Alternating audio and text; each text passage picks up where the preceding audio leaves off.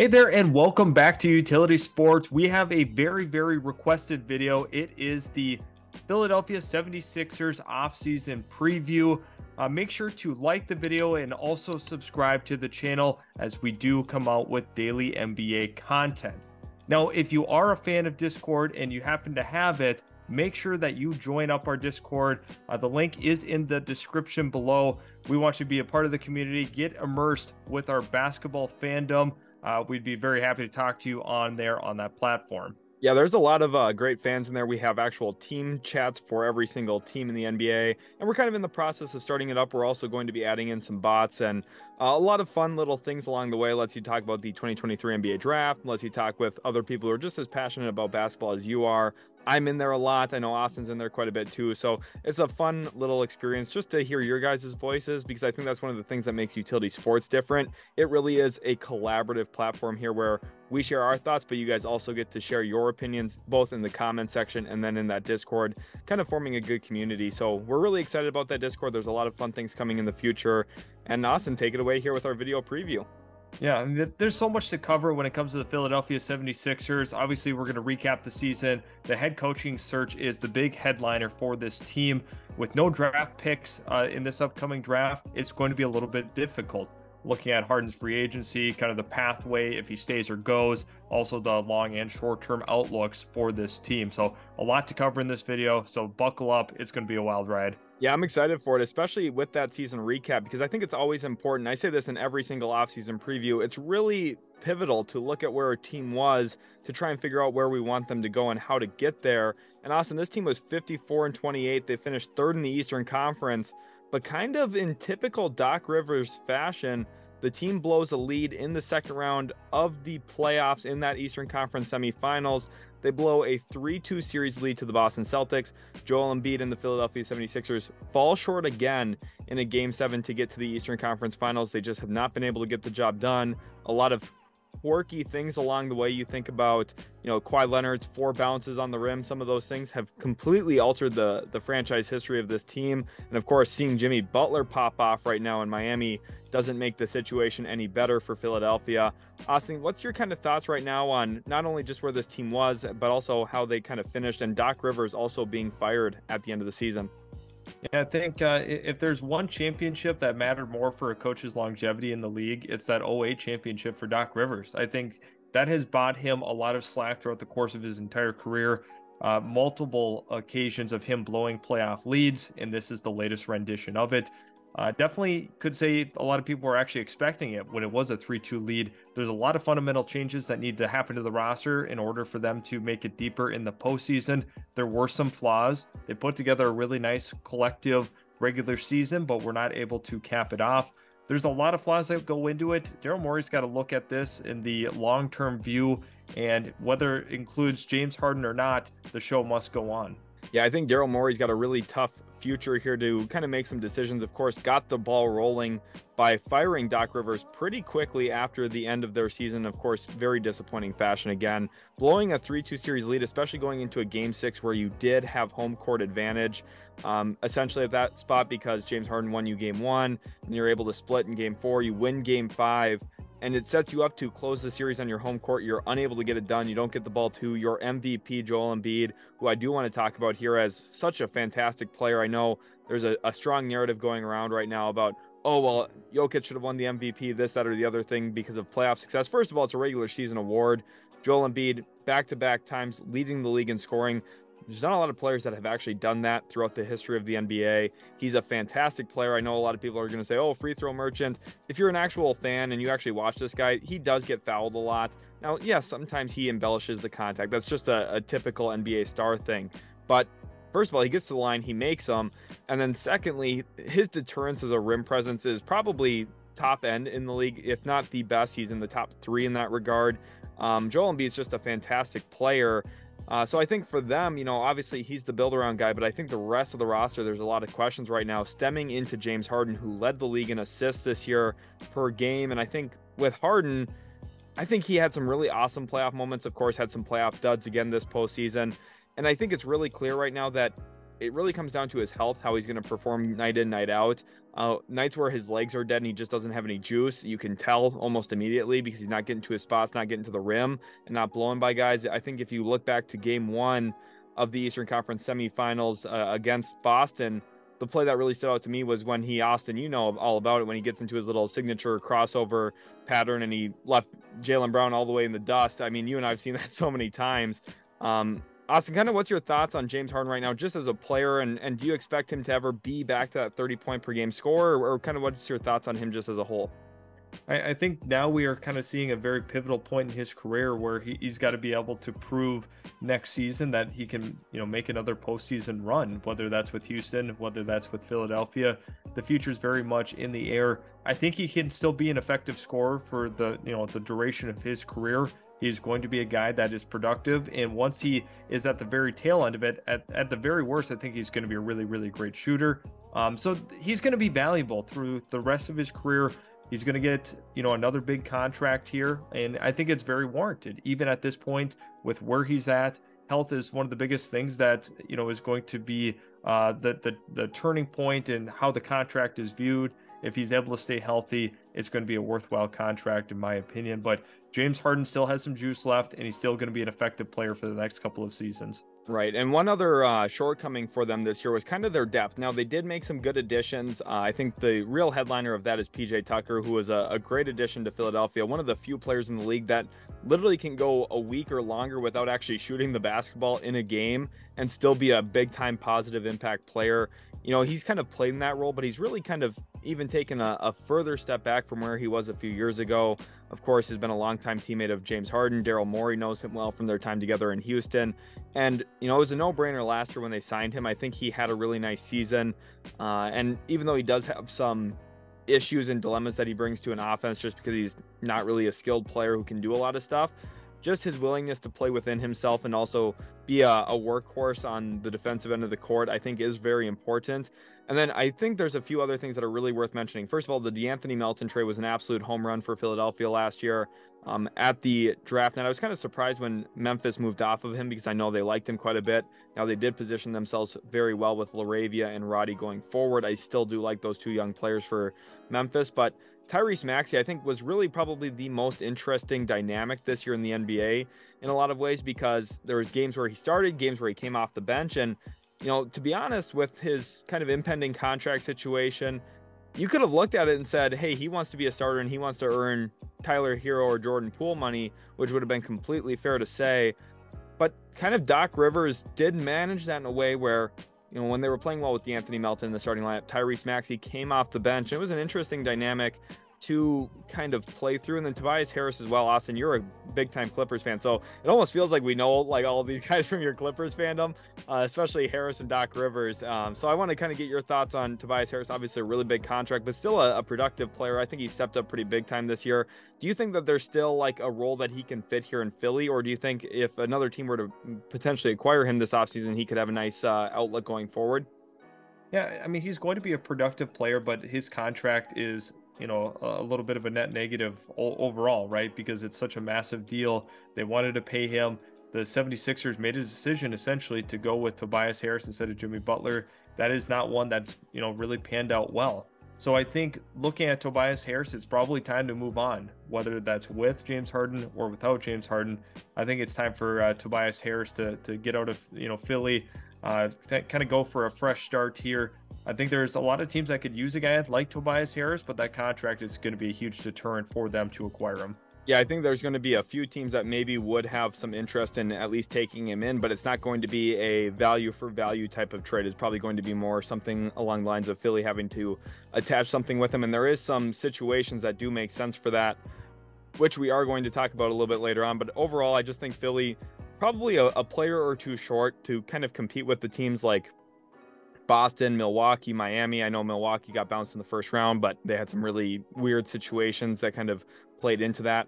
I just think the whole year I felt like Philadelphia has a lot of the top end talent that they need. They have the top end guys who just flat out, they did not show up in game 7 at all, which is part of why they lost so brutally.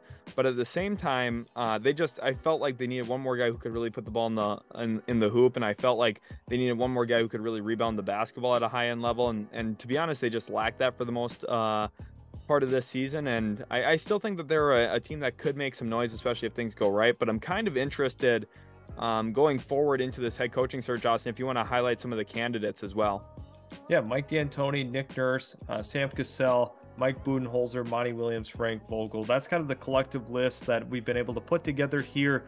The people that are having asterisks at the end of their names, we've had Daryl Morey work with them in some capacity. They've been a part of the same organization at one point in time, and you can highlight some of the connections that he's had with them. But all of these coaches are high profile, whether they're guys that have won Coach of the Year, won the finals. There's a lot of big names that are floating around here, which is kind of crazy to think that we have this many NBA championship head coaches currently sitting in the free agency pool of head coaches. Now it's really, really crazy to believe that. Now, Sam Cassell is a guy that's been on a lot of people's radars for a couple of years. He's followed Doc Rivers around, got some really good, valuable experience as an assistant in multiple places, a lot of different players he's gotten to work with.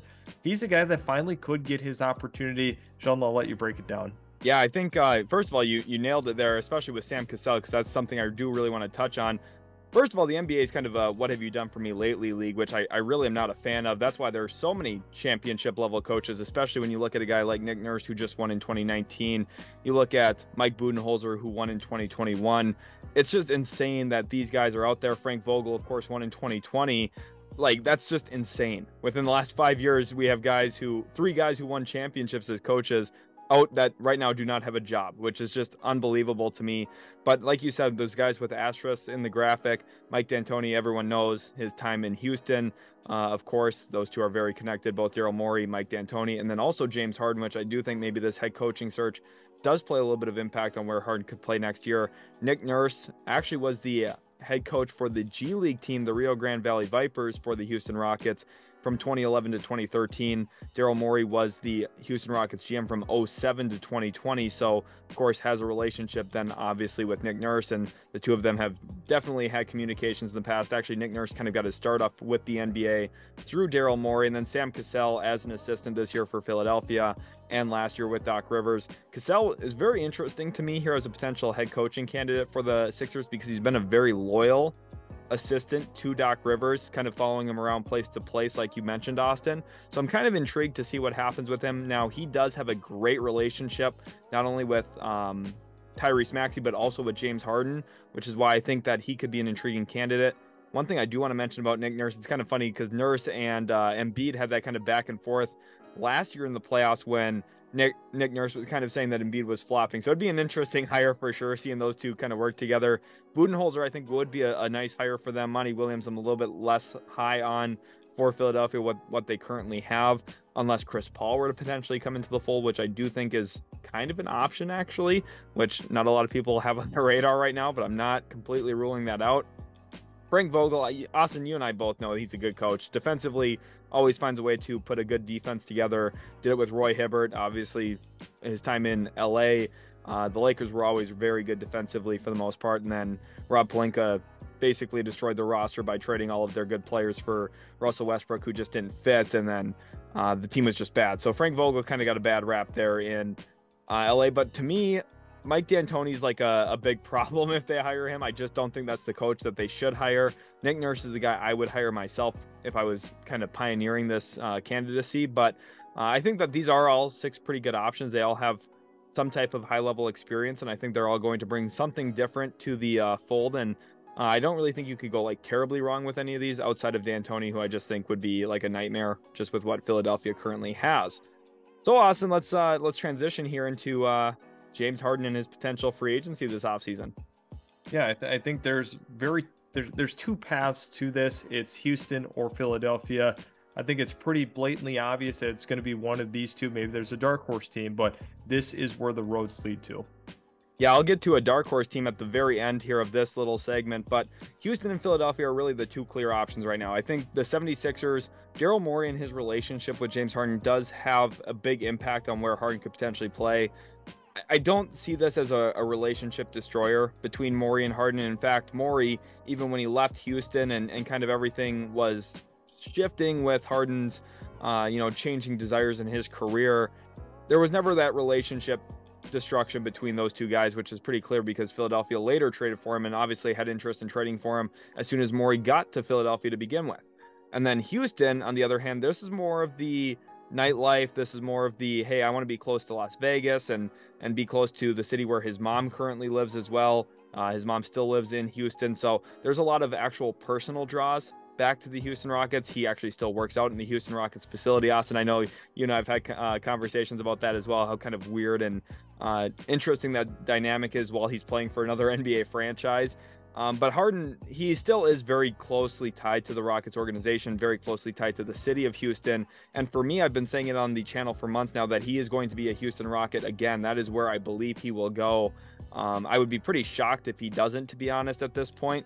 But a dark horse team that I would like to highlight, Austin, I want to get your live reaction on it here. The Phoenix Suns in a sign and trade centered around Chris Paul's contract. I want to hear kind of your thoughts on that right here as I'm discussing that with you. Yeah, so I think that would make some sense. A quick sign and trade, sending Chris Paul to the 76ers, trying to remain competitive. I don't know if that's necessarily the move, but I think that is a interesting option. I think it could happen. You put James Harden, KD, Devin Booker together. They're probably going to move Ayton in the offseason. I think that's a real possibility moving forward. But yeah, I mean, that's definitely a team that we have to keep on our radar for sure. Right. If Philadelphia fans are going to wonder, why would we help them do that? Because first of all, James Harden's just a flight risk in general. And if you don't help him get to Phoenix, where he could maybe win a championship with Durant and Booker, of course, Ayton likely getting traded, like you said, then he could just go to Houston with cap space. So if he's already going out west, you might as well try and get something for him, and that might be second round picks attached with Chris Paul. There might be some assets coming back in the door that could help Philadelphia reshape kind of their current situation, because like I said, there's no picks in 2023 for them. They don't have a lot of future picks as well because of some of the deals that they've made. So they're in kind of a tricky spot as of right now. But I think Phoenix could definitely slip in there. And part of the reason why it makes sense for Philadelphia to do that, we'll get to that in a minute here. But Austin, this is if Harden stays, what they could potentially do. They have bird rights or early bird rights on the following players. George Niang, who obviously a nice three-point shooter, but kind of always fades in the playoffs. Just more of a regular season guy. Jalen McDaniels, a young player that they acquired from Charlotte. I know you and I both really like his brother, Jaden McDaniels. And then Paul Reed, who had I think a really good playoffs for himself. For those players, you probably want to bring them back, Austin. And then the non-taxpayer, mid-level exception there at $12.22 million. That's used very typically for a lot of nice players. That's what they used to bring in PJ Tucker last year. The Sixers at the trade deadline actually dipped below the tax to bring in, to get rid of, Matisse Thybulle, which allows them to use this exception again this year. Again, like if you can get a PJ Tucker level player, Austin, you and I have talked about this a lot. Kind of what's your thoughts on how important it is to not only have the mid-level exception, but also to use it when you have the availability to do so? Yeah, I think it's very, very obvious that the teams that are competing, they're using that mid-level exception. I mean, to be able to net a player that's, obviously not a star level player, but a guy that is a quality rotational player, like you had mentioned, PJ Tucker. There's a lot of guys that are on that mid-level exception that, are very key contributors when it comes to the postseason. I think, like you highlighted just a little bit ago, it's super crucial to go ahead and use that and find a guy that can be a nice rotation piece. Typically, your team's pretty well built out like the 76ers were, but just adding that next rotation guy, a seventh guy or eighth guy in a rotation can help you make a deep postseason run. Right, exactly. And there's a few players out there, maybe like a Jay Crowder, Joe Ingles. You might even be able to split some contracts into it. Maybe a guy at like $8-9 million, and maybe add another player in a little bit above the minimum at $3 or $4 million to kind of flesh out that mid-level, because you can split it across multiple players as long as it stays below that $12.221 million mark, which is interesting. Now, Harden staying, of course, makes you just a much better team, a more competitive team, a more well-rounded team, where you're probably just looking for a little bit more wing size, kind of another PJ Tucker-esque addition. But Austin, under the very realistic possibility that James Harden does in fact leave for the Houston Rockets, the big question then is what? Because you're essentially left with zero cap space. And like we said, Austin, we kind of looked at this team as a whole. really, what do you think about Philadelphia as of right now if they lose Harden for basically nothing? I think they are a team, let's just say he leaves, they're stuck. They're at a position where there's not a ton of room for improvement at that point on. Like we had highlighted earlier in the video, zero first round or zero picks in 2023. This puts them in a tough position moving forward. James Harden was a very crucial part to what they did all season long, getting them into a great jockeying position for the postseason, put themselves in a great spot to potentially go to the Eastern Conference Finals. All of that fell apart. No James Harden next year. You're left with Tobias Harris, Joel Embiid, and then Tyrese Maxey. That is not going to get the job done. So they have to think quickly, and that's why I think when you are considering some of the options, that sign and trade begins to make a little bit more sense for them moving forward. Right. That almost feels like one of the better case scenarios for them because, again, Harden leaving for nothing really puts them in a tough bind because they don't have flexibility to add through cap space. They'd have roughly like $3 to $5 million in cap space, which is basically nothing in the NBA. It lets you sign a guy who's maybe a little bit better than the minimum, which just doesn't really move the needle for you, especially when you're trying to replace a guy who's an all-star level player still at this point. Harden and Embiid combined for the most assists between a duo in the NBA this year. Of course, that short roll so deadly in Philadelphia that I think, replacing him is nearly impossible. Of course, you'd look at internal progression for Tyrese Maxey as the starting point. But really what I see here is Philadelphia becoming the Philadelphia 70 flippers because they would be flipping a lot of pieces on this roster trying to fix some of the issues. And Austin, for me, it really all does start with Tobias Harris, who at $39.27 million, we've talked about that contract a lot already in this video. That is a massive contract that I just don't think Philadelphia wants to stomach, especially if you lose James Harden. This is their pathway to opening up cap space if they wanted to go out and make a move for another player. And by 70 flippers, I mean, they're going to be very active in the trade market. So there's some teams out here that I highlighted who have the cap space, not including the Houston Rockets, of course, to potentially take in a player around Tobias Harris's money that could open up the doors for Philadelphia to add in a little bit more cap space and make a move. They also open up a trade exception through this. So Austin, I want to ask you here, out of the teams that have some cap space, Orlando, San Antonio with Victor Wembanyama now, Utah, Detroit, Charlotte, does Tobias Harris make sense for any of those teams? And how much does Philadelphia really have to include into that to get off of Tobias Harris's contract to open up some money? I think it's going to take a sizable amount actually to move that contract. Overall, one of the worst contracts when you look in totality. Once again, bad contracts does not mean bad player. This was a big issue when Andrew Wiggins got a big contract, equated him to being a really terrible player in the league is what a lot of people thought. But the reality of the situation is Tobias Harris is not a bad player. He's just on an insanely large contract. And when you look at some of these other teams that very well could get into the mix, that could potentially take on that money, I think all of them make sense to a degree with certain pathways. My favorite out of this one is actually the San Antonio Spurs, who with a rookie Victor Wembanyama could be looking to try to compete right away in the Western Conference. And again, a guy like Tobias Harris into the fold is going to help them tremendously trying to compete right away. They're trying to fit it into, Greg Popovich's last couple of seasons as a head coach. There's a lot of things that kind of go into it, but if you're able to get a wing like Tobias Harris that, can shoot the three ball and score effectively, that's a nice fit overall with the San Antonio Spurs. That's an interesting note. I also looked at the Utah Jazz as one of the more likely here because I think that Utah's in a spot where, first of all, it's a very Danny Ainge-esque move to take in a good player and say, hey, what else are you going to give me with this guy?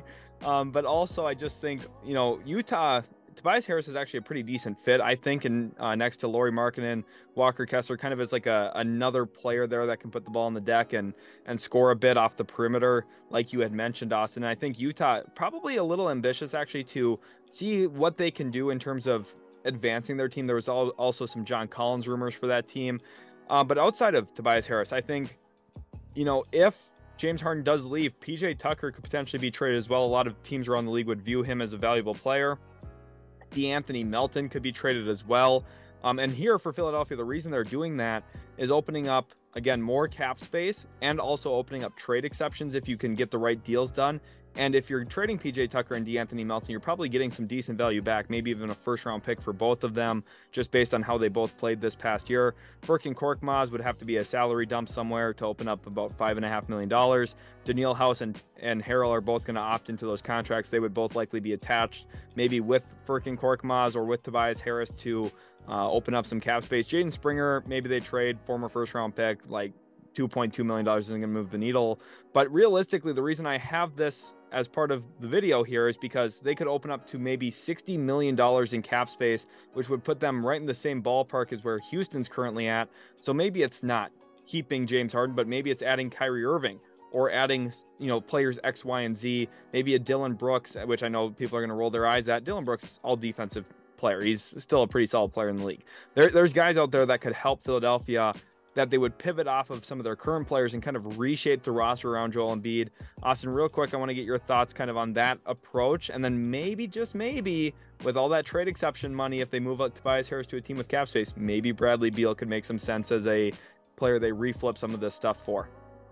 Yeah, absolutely. I think with the pathway that James Harden leaves, you have to move and shake a little bit. You cannot just roll into next season subtracting James Harden and not really doing anything else. Daryl Morey is not going to do that. He is not going to sit there and just roll into next season. He is a guy that likes to shake up some things, change up some rotations, make some trades, open up some trade exceptions. Bradley Beal would be interesting on this roster.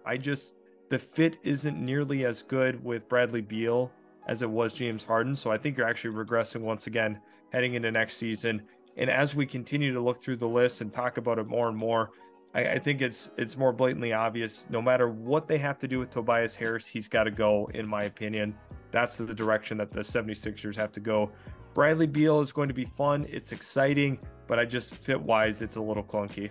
Yeah, I think Philadelphia, and we're going to get to this part here now at this spot in the video too.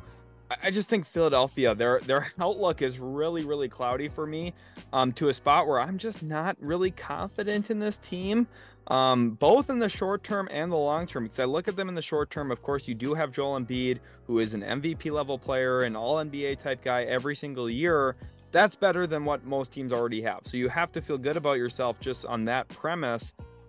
But they're really at risk of losing their second best player. Tyrese Maxey, I think, is going to be a very, very, very good player. I don't know if he's ever going to be a very great player. And that's what they would really need him to become if they lose Harden. Now, maybe there's a pathway there. I don't want to, short sell Tyrese Maxey. I think he's good.